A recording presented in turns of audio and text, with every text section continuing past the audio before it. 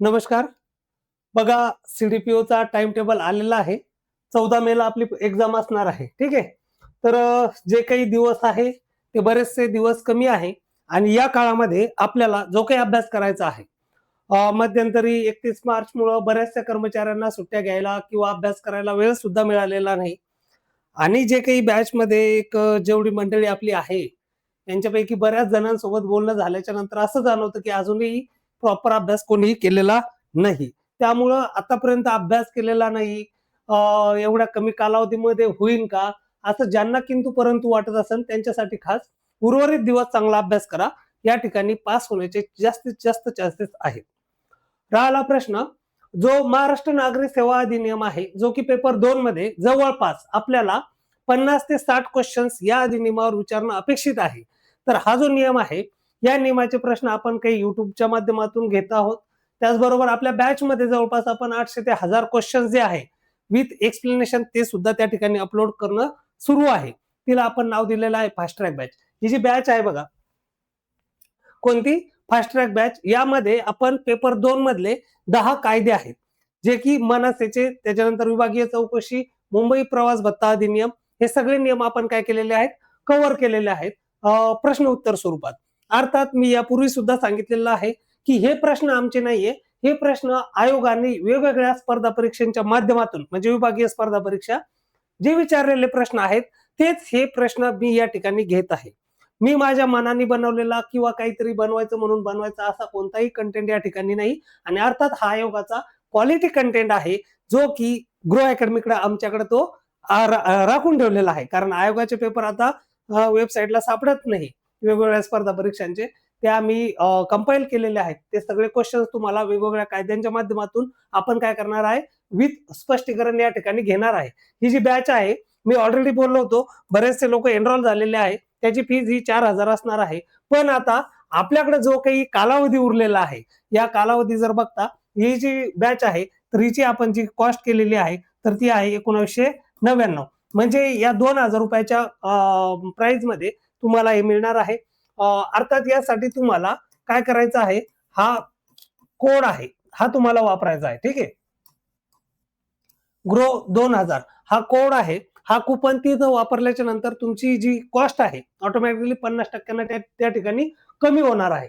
हाच कोड आपले 8000ची बॅच आहे. हाच कोर्स आपली टेस्ट सिरीज आहे. सगळ्यांसाठी आपला आहे. 50% ऑफ त्या कुपनवरून आपल्याला भेटणार आहे. आता आपला जो महत्वाचा मुद्दा आहे की आपल्याला आता या ठिकाणी जे काही उर्वरित दिवस आहे, या उर्वरित दिवसांमध्ये परीक्षाभिमुख अभ्यास करणं फार फार फार गरजेचं आहे. त्यामुळं आता आपण जे काही हे लेक्चर आहे, या लेक्चरच्या माध्यमातून आपण या ठिकाणी जो काही महाराष्ट्र नागरिक सेवा वर्तणूक नियम आहे 1979चा, त्याच्या आपण या ठिकाणी काय करणार आहे, प्रश्न बघणार आहे. बघा, हा जो नियम आहे, कोणता? वर्तणूक नियम कधीचा आहे? 1979चा. तर ध्यानात ठेवा, जे काही मंडळी बॅच मध्ये आहे, व्हिडिओ बघत आहे, सगळ्यांनी एक ध्यानात ठेवायचं की बाबा, शासकीय सेवेमध्ये आल्याच्या नंतर त्याची वर्तणूक चांगली पाहिजे, त्याची शिस्त चांगली पाहिजे. हे जे दोन नियम आहे, कोणते? वर्तणूक आणि शिस्त व अपील. शिस्त व अपील हे जे दोन नियम आहे, हे दोन नियम शासकीय सेवेमध्ये आल्याच्या नंतर अतिशय महत्वाचं आहे. हे आपल्याला या ठिकाणी काहीतरी मर्यादा पाळण्याचं बंधन या ठिकाणी घालत आहे. म्हणून हे सगळ्यात आधीचे आहेत. म्हणून हे आहेत 1979चे. उरलेले सगळे जे आहेत त्यामध्ये दोनच अपवाद आहेत, ते सांगतो मी तुम्हाला. तर हे जे नियम 1979चे, उरलेले सगळे 81चे, उरलेले सगळे 81चे, त्यातल्या त्यात 15 ऑगस्ट 1981 लाच लागू झालेले सगळे नियम आहेत. आता याला अपवाद आहे.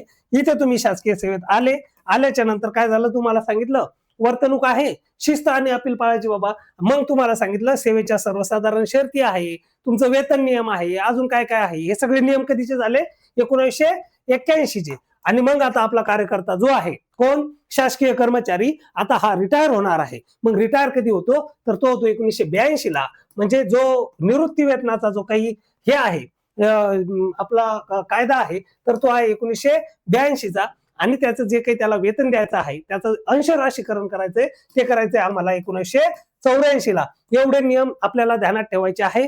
किमान 4 ते 5 प्रश्न याच्यावरच येणार आहे. हा नियम कधीचा आहे, हा नियम कधी लागू झालेला आहे, मग आपल्याला हा महत्वाचा पार्ट आहे, ध्यानात ठेवा. वर्तणूक आणि शिस्त 1979, उरलेले सगळे 81 आणि निवृत्त झालेला आहे 82 ला, अंश राशीकरण केलं 84 ला. बस एवढं ध्यानात ठेवा, बाकीचा गोळ्या मारून द्यायच्या आहेत. ठीक आहे, चला. तर आता एक महत्वाचा आपला जो पार्ट आहे ते क्वेश्चन आता आपण या ठिकाणी काय करणार आहे, कव्हर करणार आहे.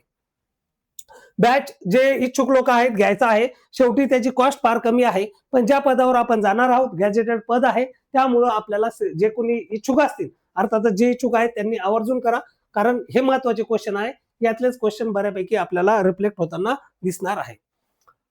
ठीक आहे, बघा.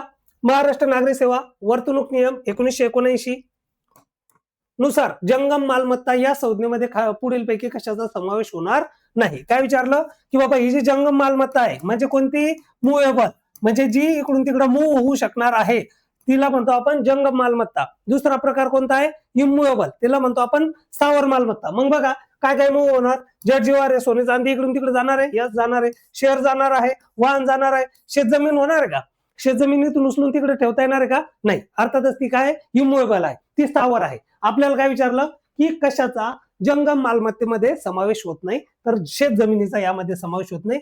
आपलं जे प्रश्नाचं उत्तर आहे ते आहे 4. मग आता बघा की हा जो मनासे नियम आहे किती वर्तणूक मधला, तर नियम क्रमांक 19, नियम क्रमांक 19 आपल्याला काय सांगतो, स्थावर आणि जंगम मालमत्तेशी संदर्भात. स्थावर आणि जंगम मालमत्ता नियम क्रमांक 19 आम्हाला या ठिकाणी सांगत आहे. मग आम्ही आता जंगमही बघितलं, स्थावर मध्ये येणार तुमचा फ्लॅट, घर, शेतजमीन वगैरे जे काही मूव्ह होऊ शकणार नाही हे सगळे येणार तुमच्या कशामध्ये, इमूव्हेबल प्रॉपर्टीमध्ये. ठीक आहे, आता बघा ज्या शासकीय कर्मचाऱ्याचं जे काही बेसिक आहे ना, ते बेसिक, त्या बेसिकच्या दोन बेसिकची जी काही कॉस्ट असणार आहे त्याच्यापेक्षा जास्त किमतीचं त्यांनी कोणतीही वस्तू खरेदी केलेली असेल तर त्याला शासनाला कळवणे बंधनकारक आहे. हे पण आपल्याला या ठिकाणी ध्यानात ठेवायचं आहे. यामध्ये अजून एक बाब आहे, या जंगम मालमत्तेमध्ये आपल्या नियमामध्ये घोडा दिलेला आहे बघा, घोडा. हा जो घोडा आहे ना, हा घोडा पण आहे, म्हणजे तुमचे सोनं चांदी पैसे बिशे जे आहे ते तर आहेच, पण हे घोडा बी आहे, त्याचा शब्द घोडा आहे म्हणून ध्यानात ठेवायचं. हा घोडा काय आहे, मूव्ह होते ना, चालते तिकडे तिकडे. ठीक आहे, तर ते काय आहे, जंगम मालमत्ता आहे. ठीक आहे, बघा अजून यामध्ये अतिरिक्त काही आपल्याला बघता येईल का, तर यामध्ये जो वर्तणूक नियम आहे, मग वर्तणूक नियम कधीचा आहे, 1979 चा. यामध्ये एकूण किती नियम आहेत रे, तर ते आहेत 33. किती नियम आहेत, 33 नियम आहे. नंतर हा कायदा कधी अंमलात आला, तर ध्यानात ठेवायचा हा 12 जुलै कधी 1979 ला अंमलात आलेला आहे. ध्यानात ठेवायचं, जे जे कायदे आहेत, ज्या वर्षाचा कायदा आहे तो त्याच वर्षी अंमलात आलेला आहे. बऱ्याच वेळेस काही कायदे असतात बघा की जे अंमलात एका वर्षी येतात आणि बनतात एका वर्षी आणि अंमलात येतात दुसऱ्या वर्षी. तर इथं मनासेमध्ये असा कुठेही गोंधळ नाही, ज्या वर्षीचा कायदा आहे तो त्याच वर्षी अस्तित्वात आलेला आहे. ध्यानात ठेवायचं.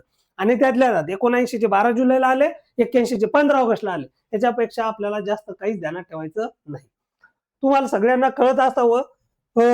तुमचा जो उर्वरित टाइम आहे त्यानुसार मी फास्ट शिकवायला लागलेलो आहे, आता थोडं स्पीडनेच घेऊया आपण. ठीक आहे, चला नेक्स्ट बघूया. महाराष्ट्र नागरी सेवा वर्तणूक नियम 1979 मधील नियम क्रमांक 26 संदर्भात खालील विधान चुकीचं आहे. काय विचारलं आपल्याला, चुकीचं विधान विचारलेलं आहे. नियम क्रमांक कोणता विचारलेला आहे, 26 क्रमांकाचा नियम विचारलेला आहे. बघा मनासेचा अभ्यास करत असताना खास करून शिस्त व अपील आणि सेवेच्या सर्वसाधारण शर्ती या नियमामधले नियम क्रमांक पण ध्यानात ठेवणं गरजेचं आहे. उर्वरित जे आहे शक्यतो नियम जास्त ध्यानात ठेवण्याची गरज नाही.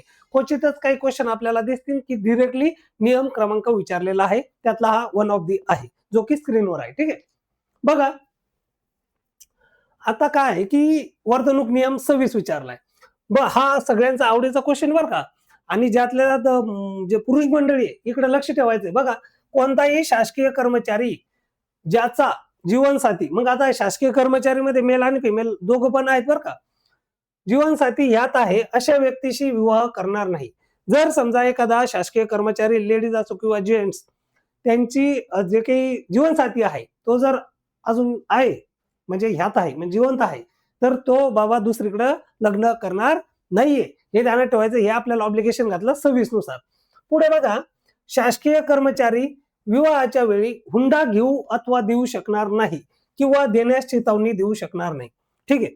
आता जर हे वाक्य जर मी या ठिकाणी वाचलं तर हे बरोबर वाटतं का चूक वाटतं? तर अर्थात हे वाक्य बरोबर वाटतं. बरोबर आहे. शासकीय कर्मचारी हुंडा घेत नसतो, देत नसतो आणि तो बिलकुल कोणाला देण्यासाठी प्रवृत्तही करत नसतो. आता सगळ्यांना माहिती आहे शासकीय कर्मचारी हुंडा कधीच घेत नाही. ध्यानात ठेवा. ठीक आहे. तर हे स्टेटमेंट आहे. आपल्याला काय वाटतं? बरोबर आहे. नेक्स्ट पुढे जा. ज्याचा जीवनसाथी ह्यात आहे असा कोणताही शासकीय कर्मचारी कोणत्याही व्यक्तीशी विवाहविषयक करार करणार नाही. म्हणजे प्रॉमिस देणार नाही. तू थांब थोडे दिवस, बघतो मी काहीतरी. काय? तू थांब थोडे दिवस, बघतो मी काहीतरी. आधीच्याला काय करता येतं तर हे जमणार नाही. तुम्हाला या ठिकाणी कोणालाही प्रॉमिस देता येणार नाही. असती काही काही लोकांना, म्हणजे आपले सगळे लोक छान आहे, पण काही लोकांना असती सवय की बाबा प्रॉमिस देणे. ठीक आहे. तर हे असं प्रॉमिस त्याला देता येणार नाही, कारण त्याची बायको किंवा तिचा नवरा हे काय तर या ठिकाणी ह्यात आहेत, जिवंत आहेत. त्यामुळं तिला कोणासोबत विवाह करता येणार नाही, विवाहविषयक तिला करारही करता येणार नाही. नेक्स्ट बघा, भारतीय नागरिक नसणाऱ्या व्यक्तीशी विवाह केलेल्या किंवा विवाह करणाऱ्या शासकीय कर्मचाऱ्यांनी त्याबाबत शासनास कळवणे आवश्यक आहे. होऊ शकतं एखादा शासकीय कर्मचारी बरंच असू शकतात बरं लांब लांब कॉन्टॅक्ट, आणि त्याला तिकडली आवडलीच बाई आणि त्यानं केलीच तिकडलं लग्न, किंवा एखादी लेडीज आहे तिला आवडला तिकडा बाबा, तर काय आहे की बाबा जो काही भारतीय नाहीये आणि जर मला लग्न करायचं आहे तर मला पहिले मी ज्या काही विभागामध्ये कार्यरत आहे, मला जे काही नियुक्ती प्राधिकारी आहे त्यांच्या माध्यमातून मला शासनाला इन्फॉर्म करणं आवश्यक आहे. म्हणजे जर बघायला गेलं तर हे स्टेटमेंट या ठिकाणी बरोबर आहे, हे स्टेटमेंट बरोबर आहे, हे स्टेटमेंट बरोबर आहे आणि वरचं तर ऑलरेडी बरोबर आहे. मग आता आम्हाला सांगते की बाबा 26 मध्ये काय आहे आणि काय नाहीये. मग ध्यानात ठेवायचं. ध्यानात ठेवा, हे कशा संबंधात आहे? विवाह. हे कशा संबंध आहे? विवाह. आणि हे कशाचा आहे? विवाह. आणि हे पण कशा संबंधित आहे? विवाह. ठीक आहे. जर बघायला गेलं तर त्यावेळेस परीक्षेच्या पिरियडमध्ये आपल्याला जर समजा यातून एखादा एलिमिनेट करायचा आहे तर अर्थात या ठिकाणी आपल्याला एवढा स्कोप दिलेला नाहीये. मे बी बरेचसे कर्मचारी मंडळी हे पर्याय क्रमांक 4 मारू शकतात. कोण कुठं फॉरेनर बायको करणार आहे, कुठं कायद्यात लिहिलेलं असणार आहे असं वाटू शकतं. पण आजकाल कॉन्टॅक्ट वाढलेले आहे. फेसबुक, इंस्टा नवीन नवीन आलेलं आहे. आपलं जे काही सोशल मीडिया आहे ऍक्टिव्ह झालेलं आहे. आणि आपण फक्त भारतातीलच नाही तर भारताच्या बाहेरच्या लोकांच्याही आपण काय आहे संपर्कात आलेलो आहोत. जग जवळ येऊ लागलेला आहे. असा तो प्रकार आहे. मग आता आपल्याला या ठिकाणी ध्यानात ठेवायचं आहे की बाबा लक्षात घ्या की मला 26 मध्ये काय आहे आणि 27 मध्ये काय आहे याचा फरक मला कळायला पाहिजे. मग ध्यानात ठेवायचं, 26 मध्ये विवाह विषयक अटी घातलेल्या आहे आणि 27 मध्ये हुंडा देणे, घेणे आणि हुंडा देण्यास प्रवृत्त करणे, चितावणी देणे याला प्रतिबंध घातलेला आहे. अर्थात हे कशामध्ये आहे? मग तुमचा नियम क्रमांक किती? 27. किती? 27. उरलेले सगळे कशामध्ये आहेत? 26 मध्ये. मग मी आता या प्रश्नाच्या माध्यमातून 2 नियम बघितले. 26 मध्ये सांगितलं विवाहविषयक बाबी, 27 मध्ये सांगितलेलं आहे. 27 मध्ये काय सांगितलेलं आहे की बाबा जे काही तुम्हाला ज्या वेळेस लग्न करायचं आहे त्यावेळेस तुम्हाला हुंडा देणे, घेणे आणि चितावणी देण्यास तुम्हाला काय केलेलं आहे? प्रतिबंध घातलेला आहे. हे या ठिकाणी आपल्याला आवर्जून ध्यानात ठेवायचं आहे. म्हणजे याचं उत्तर काय? पर्याय क्रमांक 2. पर्याय क्रमांक 2. ठीक आहे. चला नेक्स्ट बघूया. पुढे बघा, शासकीय कर्मचाऱ्याच्या कर्तव्यासंदर्भात खालील कोणते विधाने बरोबर आहेत? मग आता या ठिकाणी ध्यानात ठेवायचं बघा, उच्च नैतिक मानके आणि सचोटी बाळगील, राजकीय दृष्ट्या तटस्थता ठेवील, उत्तरदायित्व आणि पारदर्शकता ठेवील. आपल्याला विचारलेलं आहे बरोबर विधान. बघा, उच्च नैतिकता मानके आणि सचोटी बाळगील, यस ऑब्विसली ते करणंच आहे. राजकीय दृष्ट्या आपल्याला न्यूट्रल राहायचं आहे, तटस्थ राहायचंय, आपण कोणाचेच नाहीये. ठीक आहे. नंतर आहे उत्तरदायित्व आणि पारदर्शकता ठेवील. जर बघायला गेलं तिन्ही स्टेटमेंट या ठिकाणी काय बरोबर आहे. पण आपला अभ्यास इथं थांबतो का? नाही. मग हे कुठं दिलेलं आहे? तर हे दिलेलं आहे नियम क्रमांक 3 मध्ये. नियम क्रमांक 3 मध्ये या बाबी काय केलेल्या आहेत या ठिकाणी मेन्शन केलेल्या आहेत. एवढं आपल्याला ध्यानात ठेवायचं. ठीक आहे. चला नेक्स्ट बघूया. जे जे सोपे आहे तिथं आपण टाइमपास नाही करू, आपण फास्ट जाऊ आणि जास्तीत जास्त प्रश्न आपल्याला लेक्चरच्या माध्यमातून कसे कव्हर करता येईल ते आपण या ठिकाणी बघणार आहे. बघा, मनाचे वर्तणूक नियम 1979 मधील तरतुदीनुसार खालीलपैकी कोणत्या बाबी या वर्तणूक नियमांचा भंग करणारे आहेत? आता बघायचंय की हा जो वर्तणूक नियम आहे यातील ज्या काही तरतुदी आहेत, एकूण 33 नियम आहे. 12 जुलै 1979 ला आमचा कायदा काय झालेला आहे, अंमलात आलेला आहे. तर हे जे नियम आहे तर याच्या भंग करणाऱ्या तरतुदी बघायच्या. वाचा. बघा, जे लोक व्हिडिओ बघतात का यांनी एक काम करायचं, व्हिडिओ पॉज करायचा, प्रश्न वाचायचा आणि मनातल्या मनात आहे ना उत्तर ठरवून घ्यायचं आपलं, माझं 2, माझं 3, माझं 1, माझं 4, आणि मग बघायचं की बरोबर येतं का नाही. यातनं काय होणार आहे, तो प्रश्न आपला कायमस्वरूपी बरोबर येण्याचे चान्सेस वाढणार आहे, तो डाटा पाठ होणार आहे. ठीक आहे. बघा, मनासे वर्तणूक नियम 1979 मधील तरतुदीनुसार खालीलपैकी कोणत्या बाबी या वर्तणूक नियमांचा भंग करणाऱ्या आहेत? वाचा. शासकीय कर्मचाऱ्याने शरीरावर, वाहनावर किंवा निवासस्थानावर निवडणूक चिन्ह लावणे. काही काहीचे एवढे नेते अंगात घुसलेले असतात की ते चिन्ह शरीरावर गोंदते फार. काही जण हे वाहनावर लावतात, निवासस्थानावर लावते. अलावा आहे का? यस आहे का? नाही. तर हे ध्यानात ठेवा की हे जे आहे की हे चिन्ह भिन्न हे ते लावणं हे काय आहे, या ठिकाणी तुम्हाला या नियमाच्या भंग करणाऱ्या तरतुदी आहे.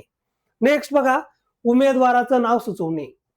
नाही का, एखादा कर्मचारी आहे, आपल्याच पकडा ना, आता समजा आपल्या पर्यवेक्षिका मॅडम आहे, गेल्या गावातल्या अंगणवाडीवर, तिथं आहे भात शिजवायला मॅडम, अजून शिकवायला मॅडम, आणि म्हटल्या बाकीचं नाही माहित पण आम्ही याला याला करणार आहे मतदान, तर जमणार नाही. आपण कोणाचंही नाव या ठिकाणी सुचवू शकत नाही किंवा त्याला प्रोत्साहनही देऊ शकत नाही.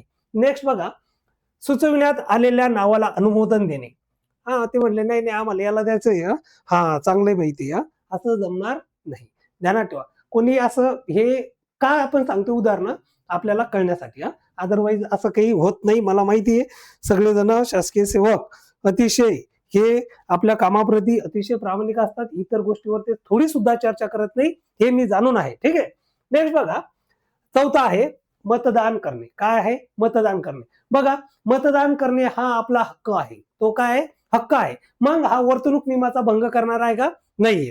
म्हणून आता ध्यानात ठेवायचं की बाबा ही तरतूद, नंतर ही तरतूद आणि ही तरतूद, या 3 तरतुदी या काय करणार आहे? वर्तणूक नियमाचा भंग करणार आहे. पण मतदान करणे हा माझा हक्क आहे, म्हणून हे या नियमाचा भंग होणार नाही. एवढं आपल्याला ध्यानात ठेवायचंय. मग उत्तर काय आहे? अ, ब आणि क म्हणजे पर्याय क्रमांक 3. बघा इथं दिलं, परवानगी आहे. मतदान करणे कर्मचाऱ्याचा अधिकार आहे. निवडणूक चिन्ह लावणे, शरीरावर, वाहनावर किंवा घरावर, उमेदवाराचं नाव सुचवणं, नावाला अनुमोदन देणं, प्रचार करणं, याला काय आहे? या ठिकाणी मनाई केलेली आहे. ध्यानात ठेवायचं. ठीक आहे. चलो नेक्स्ट बघा, हा जो नियम आहे, असे प्रश्न आहेत ना, हे चिल्लर प्रश्न आहेत, हे तर चुकलेच नाही पाहिजे. कोणता नियम कधी अंमलात आला आणि काय आला ते एकदम सोपं. एका पानाच्या नोट्स आहे ना, आजच शेअर करतो मी, ग्रुपला करतो डिरेक्टली. ठीक आहे. म्हणजे आपला जे बॅच मधले लोक आहेत त्यांच्यासाठी. महाराष्ट्र नागरी सेवा वर्तणूक नियम 1979 कधीपासून अंमलात आलेला आहे? कधी? 12 जुलै 1979. 12 जुलै 1979 ध्यानात ठेवा. एकूण नियम ध्यानात ठेवा, इथं 33 आहे. यातले जे परिशिष्ट आहेत ना, त्या परिशिष्टांवर पण प्रश्न विचारलेला आहे. फक्त नियम नका वाचत बसू 33, त्याच्या पुढे जा जरा. ठीक आहे. 12 जुलै 1979 पासून अंमलात आलेले आहेत. आता बघा पुढे डायरेक्ट आता या ठिकाणी आपल्याला नियम विचारलेला आहे. काय विचारलंय? शासकीय कर्मचारी त्याच्या शासकीय सेवेसंबंधीच्या कोणत्याही बाबीच्या संबंधात वरिष्ठ प्राधिकरणावर राजकीय दबाव आणण्याचा प्रयत्न करीत असेल तर ही कृती मनासे वर्तणूक नियम 1979 मधील नियमाचा, रिकामी जागा नियमाचा भंग करणारी ही काय आहे? या ठिकाणी तरतूद आहे. बघा, नियम क्रमांक 29 आहे, 22 आहे, 23 आहे आणि 24 आहे. अशा स्वरूपाचा ज्यावेळेस आपल्याला प्रश्न येतो आणि तुम्हाला उत्तरापर्यंत पोहोचता येत नाही, त्यामुळं त्यावेळेस काय करायचं? मला काय माहिती आहे ते बघायचं. मग आता इथं ठीक आहे, हे दिलेलं नाही. आपण 26 मध्ये बघितलं विवाहविषयक. विवाहविषयक 27 मध्ये आपण बघितलं हुंडा. शासकीय कर्मचाऱ्यांचा आवडीचा बिलकुल नाही हुंडा. ठीक आहे. तर ते आहे 27 मध्ये. नंतर बघा पुढे आहे नियम क्रमांक 29, 22, 23 आणि 24. आता या प्रश्नाच्या माध्यमातून मला हे चारही नियम या ठिकाणी पाठच करून घ्यायचे तुमच्याकडून. ठीक आहे. तर आता बघा, नियम क्रमांक 29 काय सांगतो?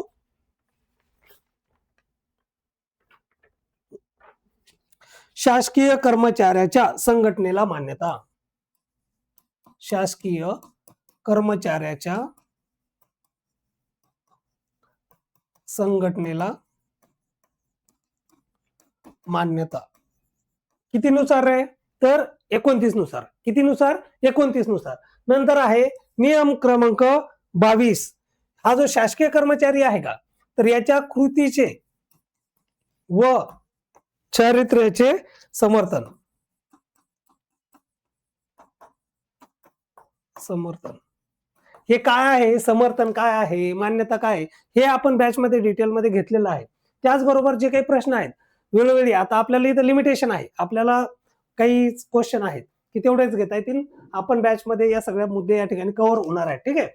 बघा नियम क्रमांक 23 तो काय सांगतो हे की बाबा तुम्हाला कोणावरही राजकीय दबाव आणता येणार नाहीये. पहिले नियम 24 बघून 23 वर येऊ.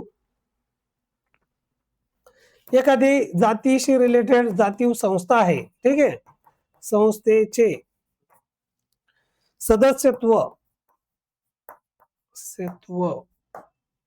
किंवा संस्थाशी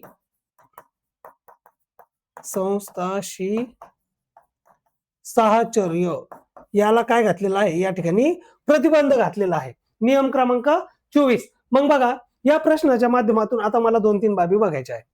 बघा शासकीय कर्मचारी यांचे पहिली गोष्ट तर प्रत्येकाला वाटते माझी फार कॉन्टॅक्ट आहे.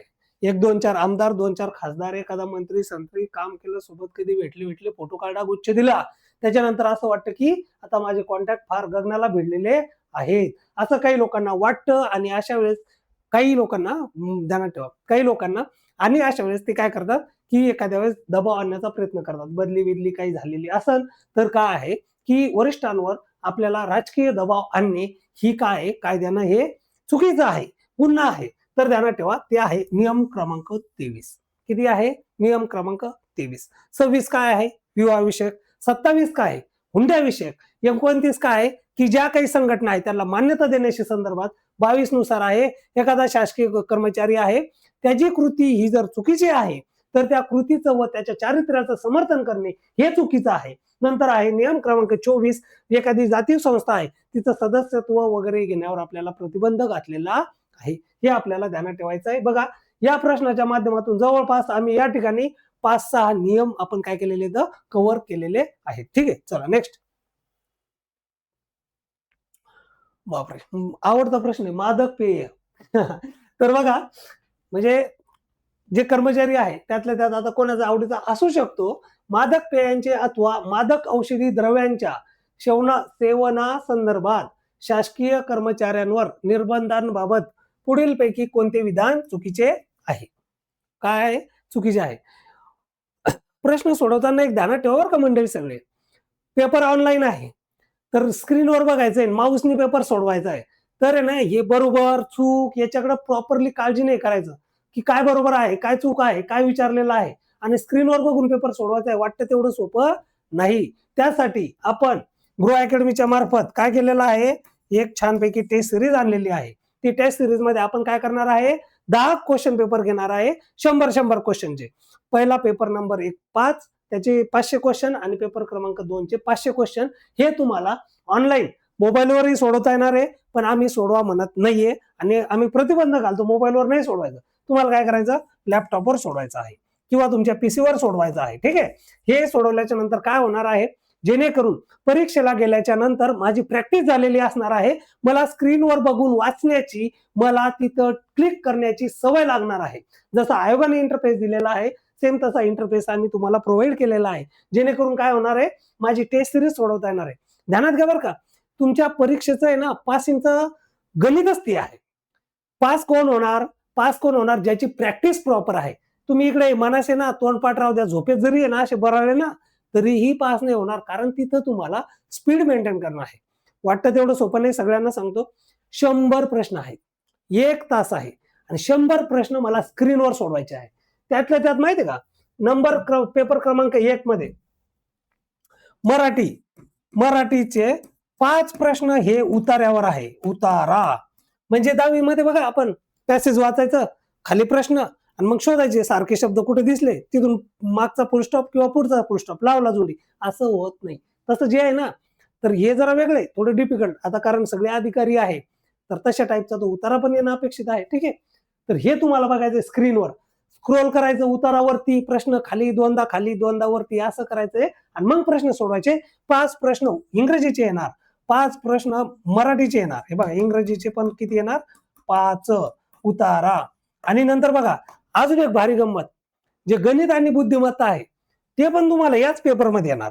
आणि मग गणित कसे करायचे, असं स्क्रीनवर पाहायचं, असं हा 2 अधिक 3 खाली यायचं, 2 अधिक 3 4 अधिक 2, हा किती झाले, असं असं. आणि हे तर पर्यायाचं उत्तरच नाही, चुकलं काय, मग एकदा पुन्हा वरती, हे असं हे असं.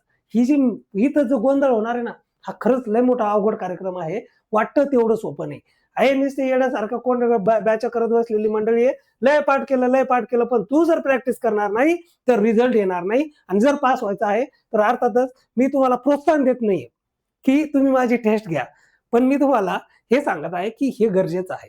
जर मी इतके दिवस केलेलं आहे तर माझी प्रॅक्टिस पण होणं गरजेची आहे. आणि अर्थातच ती जी आपली टेस्ट सिरीज आहे ऍपवर अवेलेबल आहे, तिची जी कॉस्ट होती ती 3,000 होती. आपण सांगितल्यानुसार हा जो कोड तुम्हाला वापरायला दिलेला आहे, कोणता, ग्रो 2000, एवढा कोड टाकला की ऑटोमॅटिकली 50% ऑफ होणार आहे. म्हणजे 1500 रुपयात मला 1000 प्रश्न सोडवायला चान्स भेटणार आहे. आणि अर्थात हे माझ्या परीक्षेची नीड आहे, हे गरजेचं आहे. तुम्ही वाचा किती, पण प्रॅक्टिस महत्वाची आहे. प्रॅक्टिस करण्यासाठी हे गरजेचं आहे. ठीक आहे, चला आता पुढे बघू. आवडता प्रश्न आहे एक तर आहे ना, सगळ्यांना उत्सुकता लागलेली की याचं काय आहे. तर बघा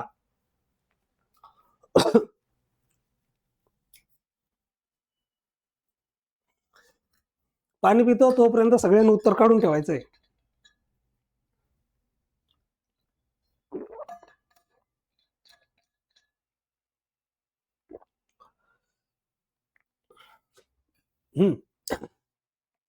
मादक पेयांचे अथवा मादक औषधी द्रव्यांच्या सेवनासंदर्भात शासकीय कर्मचाऱ्यावर निर्बंधाबाबत पुढील कोणते विधान चुकीचे आहे. बघा आता एक महत्वाचा नियम आहे, नियम क्रमांक 28. नियम क्रमांक 28. आता बघा आपले पाठ झाले बरं का, नियम आपले 22 पासून आता बऱ्यापैकी 30 पर्यंत आपण आलेलो आहे की जे माझे पास होत आहे. आता राहिला सुरला 28 होता, त्याला बी आता आपण काय करूया, कव्हर करू. वाचा, शासकीय कर्मचारी कर्तव्यावर असताना कोणतीही मादक पेय घेणार नाही. बरोबर आहे. तर हे स्टेटमेंट काय या ठिकाणी बरोबर आहे की कर्तव्यावर असताना तुम्हाला दारू बिरू प्यायला जमणार नाही. म्हणजे दारूच नाही, मादक मध्ये कोणतेही बरेच काही काय असते, आपल्याला त्यातलं एवढं आयडिया नाही. ठीक आहे. नंतर सार्वजनिक ठिकाणी मादक पेय किंवा मादक औषधी द्रव्याचे सेवन टाळेल. आता बघा, एक शासकीय कर्मचारी म्हणून आपल्याला काही ऑब्लिगेशन्स आहे, काही बंधन आहे की बाबा तुला ऑफिसमध्ये जर आहे ना डुलत डुलत यायचं नाहीये, म्हणजे प्यायचंच नाहीये. राहिला प्रश्न, तू तुझ्या घरी गेल्याच्या नंतर काय आहे, तू तुझ्या घरी गेल्याच्या नंतर जेव्हा तू बाहेर फिरायला येणार आहे सार्वजनिक ठिकाणी, त्यावेळेसही तुला मादक पेय किंवा मादक औषधी द्रव्याचं सेवन करता येणार नाही. एवढं ध्यानात ठेवायचं बरं का, हे आपल्याला ऑब्लिगेशन आहे.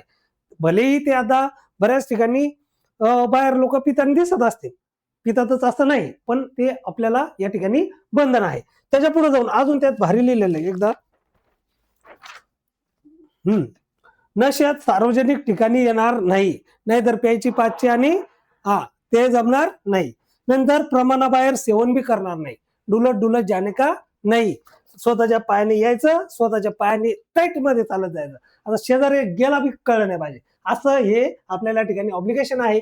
नियम क्रमांक 28 सांगतं की बाबा तुला कामावर येताना दारू पिऊन यायचं नाही, कामावर कार्यरत असताना प्यायची नाही. त्याच्यानंतर सार्वजनिक जीवनामध्ये पण आपल्याला भान ठेवायचं आहे की व्यवस्थित चालायचं आहे, डुलायचं नाहीये, प्यायची तर कमी प्यायची, नशेत जायचं नाही, घरच्या घरी पे आणि व्यवस्थित राह. याचं जे आहे ते आहे 28 मध्ये. मग बघा आपण या जे काही प्रश्न आहेत या प्रश्नांच्या माध्यमातून आपण जे बघत आहे की बघा आपला एक एक प्रश्न 3-3, 4-4 प्रश्न कव्हर करत आहे. येणारा जो काळ आहे, आता मी मुळातच काही सुरुवातीचे 10-15 क्वेश्चन इथं घेऊन आलेलो आहे. बाकी तुम्हाला या नियमावर बरेच प्रश्न आयोगाने विचारलेले आहेत, ते सगळे तुम्हाला बॅच मध्ये भेटणार आहे. बघा ही भारी, अरे हे तर बघितलंच नव्हतं मी, बॉटल आहे ही, बिअरची बॉटल दिसते आणि नाही पण ग्लास आहे, इकडं ग्लास मध्ये आईस बीस क्यूब आहे, छान आहे. सार्वजनिक प्रतिमेचे जतन करणे, कर्तव्यावर असताना कोणतीही मादक पेय औषधी घेण्यास सक्त मनाई आहे. सार्वजनिक ठिकाणी सार्वजनिक मादक पेय किंवा अंमली पदार्थाचे सेवन टाळणं बंधनकारक आहे. हे सगळे ऑब्लिगेशन एका शासकीय कर्मचाऱ्यानं पाळणं बंधनकारक आहे. हे किती सांगतो? नियम क्रमांक 28. ठीक आहे. चला नेक्स्ट बघा.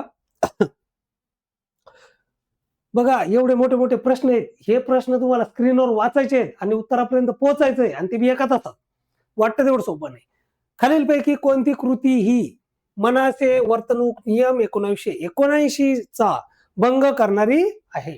वाचा. क्ष म्हणजे हा यक्स घ्यायचा यक्स हे उपजिल्हाधिकारी पदावर असून त्यांनी त्यांच्या लहान मुलासाठी गाण्यांचा संग्रह करून प्रकाशकामार्फत प्रकाशित केलेला आहे. बघा एक शासकीय कर्मचारी म्हणून त्यांनी काय केलेलं आहे? गाण्यांचा संग्रह लहान मुलांसाठी प्रकाशित केलेला आहे. मग या नियमाचा भंग करणारी तरतूद आहे का ते बघायचं आहे आपल्याला. दुसरा कर्मचारी आहे ब. हे लिपिक या हे उपजिल्हाधिकारी आहे. हा लिपिक आहे. National foundation for communal harmony नवी दिल्ली यांच्याकडून दोष दिन निधी उभारण्यासाठी करण्यात येणाऱ्या प्रयत्नांमध्ये सहभागी झाले. हे बघा हे इथं झालेलं आहे. जे काही दोष दिन आहे तिथं सहभागी झालेला आहे कार्यकर्ता. नंतर आहे अ. हे शासकीय कर्मचारी सार्वजनिक गणेशोत्सव मंडळाने आयोजित केलेल्या मनोरंजनपर कार्यक्रमास उपस्थित राहिलेले आहेत. तिथं छान गाण्याचा कार्यक्रम होता आणि कोणताही मनोरंजन असेल तर त्या कार्यक्रमाला ते उपस्थित राहिलेले आहेत. आता या 3 वेगवेगळ्या बाबी आहेत, 3 वेगवेगळे कर्मचारी आहेत. तर आता या नियमाचा भंग करणाऱ्या कोणत्या तरतुदी आहेत? आपला असा तो प्रश्न आहे. ध्यानात ठेवा आपला जो नियम क्रमांक 9 आहे 9.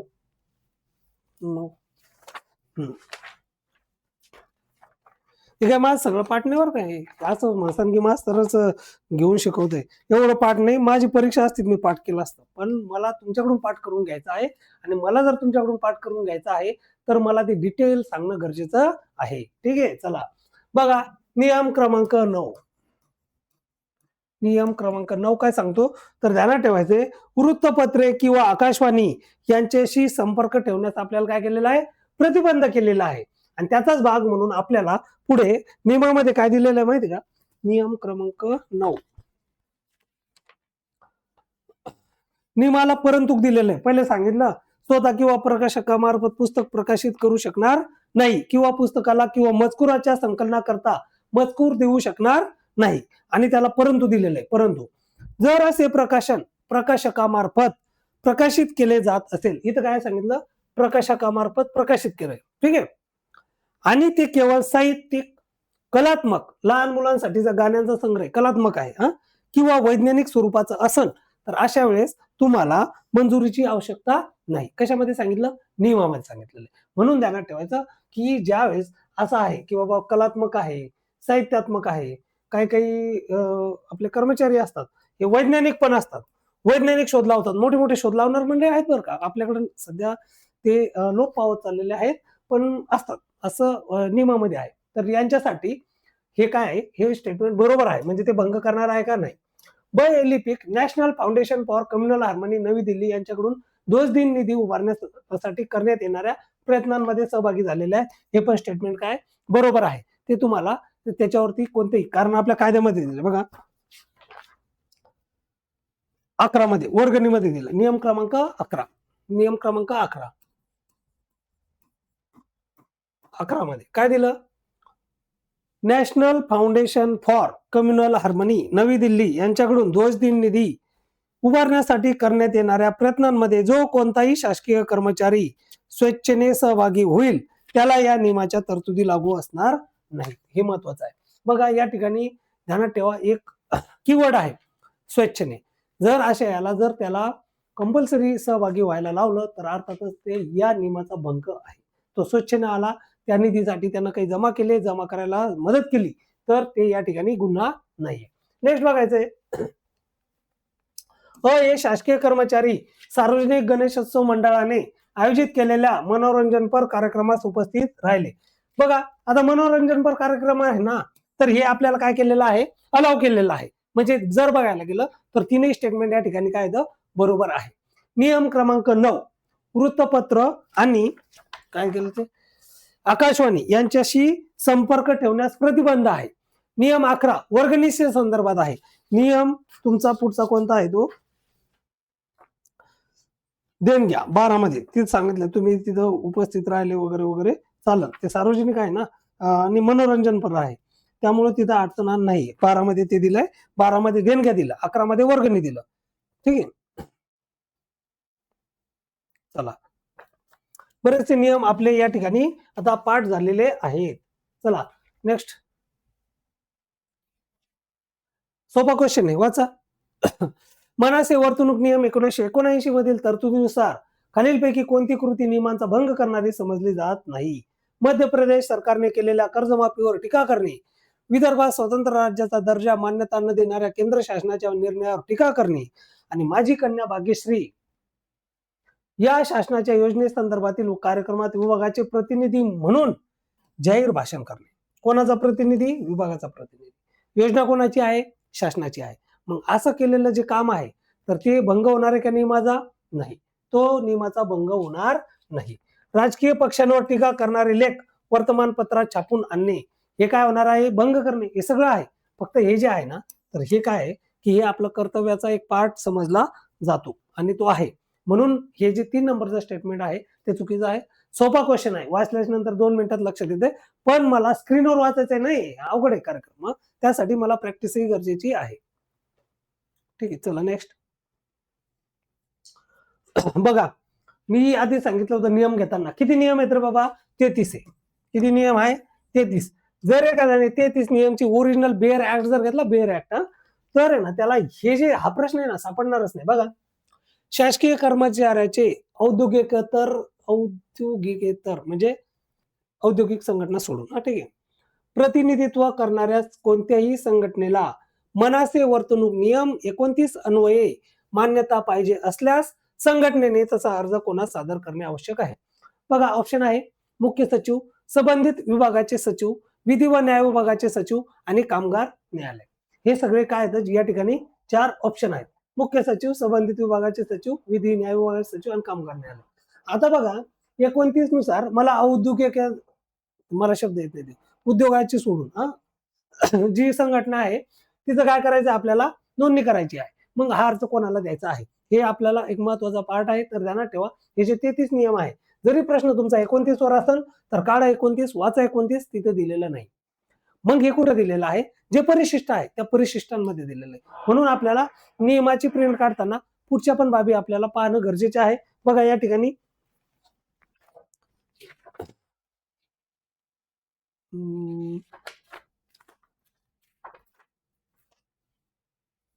कुठे गेलं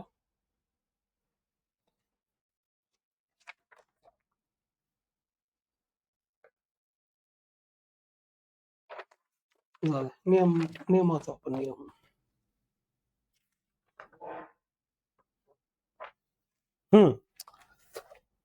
नियम 29 परिशिष्ट 1 मध्ये दिलेले औद्योगिकेतर इथं दिलेलं आहे बघा.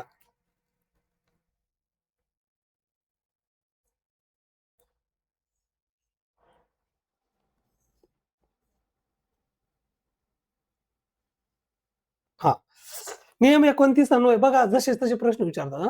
नियम 29 अन्वये जर औद्योगिकेतर जी संघटना आहे तिला जर मान्यता पाहिजे असणाऱ्या काय वाजू राहील काय माहिती घेऊ द्या रे लेक्चर.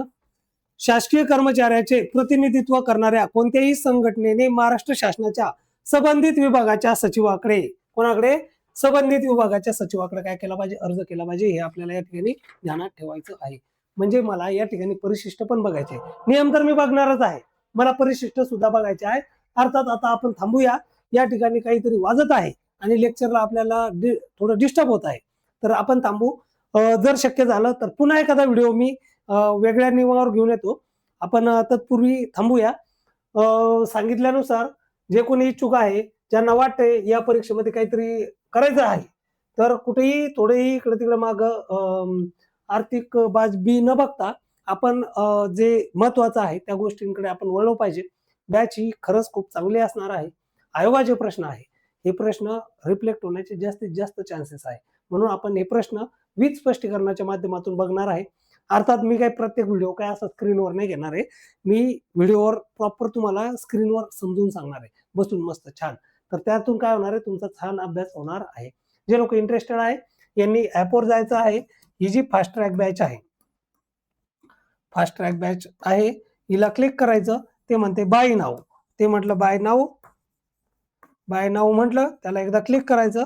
पुढं म्हणते अप्लाय कुपन. मग अप्लाय कुपनच्या जागी मी काय करणार आहे, शब्द लिहिणार आहे.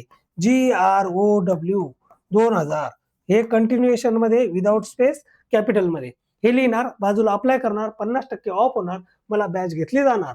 आणि सेम असंच करायचंय टेस्ट सिरीजसाठी. 10 टेस्ट आहे, तिथं जायचं, टेस्ट सिरीजला क्लिक करायचं, बाय नाऊ म्हणायचं, पुन्हा सेम कोड टाकायचा, 50% ऑफ होऊन येणार आहे. ठीक आहे. तर या सगळ्या बाबी आहेत. सगळ्यांनी छान छान अभ्यास करायचा आहे. शक्य होईल तेवढे व्हिडिओ आपण युट्यूबच्या माध्यमातूनही वेळोवेळी घेण्याचा प्रयत्न करणार आहोत.